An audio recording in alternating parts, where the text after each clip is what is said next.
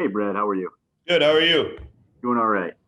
I want to ask you what feels different about today than a normal season opener. Could go in any direction. Um, what do you think? Yeah. I think we got a pretty good idea of how everything was going to play out this year when we went to the bubble. I think it's going to be more of an eye opener for the teams that weren't there, that didn't get to go through it. After going through all that, everything that we have to do and the protocols and everything are easy now. They're expected, and we're used to them. So I think the only difference is maybe the crowd. But again, we got to look at that in the bubble, and you get used to it pretty quickly. You don't notice the fans when you're on the ice, other than after a goal or during a momentum swing. It's usually during the whistles or timeouts, stuff like that. So once you get out there and you're playing and you're in the mix, I mean, your competitive nature comes out, and that level gets up, and we're all in the game. So the game, I guess, on the ice is the same. It's more just after a big goal, stuff like that. Where you expect the crowd to kind of take over and change the momentum is not necessarily there. So I guess other than being the first game and that excitement of the crowd and everything. It's another hockey game, and we're all professionals. We should be able to get ourselves up and prepare for a game, and that's what we expect in our room. It was a little hard to see this morning at the skate, but was Jack on your right wing? Yeah. Jack was there. He was flying around and looking like himself. So excited to see what he's going to bring to the table. We know he's a great player. He's going to be a good player for this team for a long time. He's getting an opportunity now. So it's that's how it works. He's earned his time and his position, and so we're excited to see what he can do. Great, thanks, Brad. Go next to Steve Conroy. Hey, Brad, you had to back off a couple of days, not get on the ice. Was that concerning to you, or were you kind of expecting that you might have a couple of days like that? I missed the first part of your question there, bud. Oh, I'm sorry. You had to back off a couple of days and not skate. What was that of high concern to you, or were you kind of expecting that you're going to have these days? Yeah, it was more expected, I think. I just kind of started skating a little more recently, and the first two and a half months after we finished, I couldn't do anything at all. So I had a big build up to kind of get back to where I am, and I'm still behind a little bit, but I think with the way that it ramped up so quickly and having a 10-day preseason, it would be a lot for my my legs and groins and hips and all that. So it's more just trying to manage soreness from coming back. And it's one thing to skate by yourself, but when the first time you're really skating with other guys is in training camp, that level is so much higher and so much harder. And it was just a little bit that I had to manage to try to make sure that I could play tonight, because the last thing I want to do is go through camp and then miss a few games where I thought that I could be ready to play. So we're here, and I'm ready to go. So I'm excited. Okay, thank you. Thank you. Go next to Joe Haggerty. Hey, Marshy, hope you're enjoying Newark. Right now, looking at the start of the season, no pasta for at least the first few weeks. The young defense, a lot of turnover on the back end. Just how much of a challenge do you view these first few weeks to a month of the season, given some of the things that are going on, and knowing that, getting off to a good start and avoiding a bad start is very important when you're only playing a 56 game schedule? Yeah, it is tough. You don't want to give up any games, any points. They're all big games from game one. So, missing passes, he's the best goal scorer in the league. That you won't be able to replace that. But we've always had that next up mentality, and that's kind of what it is. More opportunity. I mean, Jack looks really good, and he's gonna be flying around. It's an opportunity for him to showcase what he can do and take a bigger role in the team. Same with on the back end.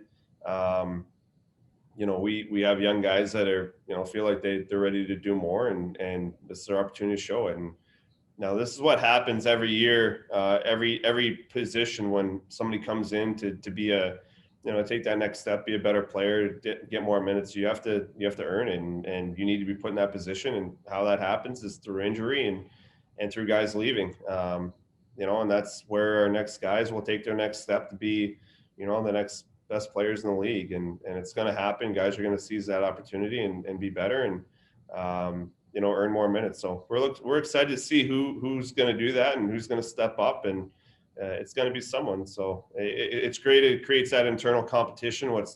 It pushes us all to be better and all to push a little bit harder. And that's how good teams continue to be good teams every year. You have that internal competition. And just a few thoughts on the East Division in general. It's pretty stacked. There's at least 5, maybe 6 playoff caliber teams, only 4 spots. It's going to be extremely competitive with the teams you're playing against every night. Yeah, it will be. There really aren't any bad teams in this league. I mean, anybody can win any night. And again, you come in, different guys can start to break out and be great players where before they were, okay, and take over teams. And that's just how the league goes. So you don't know who's going to be a good team. Injuries happen and, guys have bad years. So, but our division is definitely stacked, and it's going to be a battle every night, and it's going to start today. So we're looking forward to the challenge. We're a good team. We expect a lot out of ourselves. We expect to compete and be good, and it's going to be fun. Go next to Kevin Dupont. Good to see you, Marshy. Good luck this year. Thank you. Appreciate it. A couple of quick ones, if I could. Do you find yourself and maybe Bergie telling Jack the same sort of things you would have told Pasta when Pasta was the young kid coming in? Is it the same dialogue? Not really. To be honest with you, I think that Pasta, he was unique where he had been on our team. He played with Kretsch a little bit more before he played with us, and he just kind of jumped in and we kind of let him do his thing. We're studs. We just feel like, we want to just, maybe that was on us too. We should have been a little better communicating. I don't know how much Bergie talked to Pasta, but I know that I didn't. I was maybe a little intimidated. He was going to get me booted off our line, but didn't take my spot. But with studs, I think that, we're trying to help him.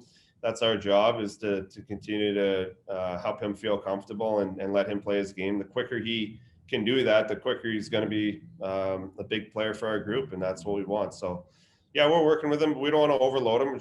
We told him if he has questions or if he wants to talk about anything, we're open to listening and just to play his game, simple stuff. But he's such a gifted player as well. He can think the game really well. He plays a good two-way. And he's a great skater. So, he's got all the tools to be a good player in this league and for our team. And, we're excited about that.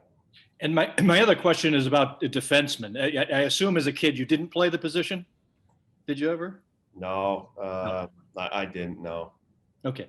Well, sometimes cliches are just, we accept them. And I'm one of the cliches is that it's a much more difficult position to learn at this level. It's Charlie's number one job now to, hold, embrace, and run with. Over your time, do you believe that it is more difficult for guys to get that position down? And defense? Yeah. Well, they've been doing it their whole lives. I think every position's hard to learn.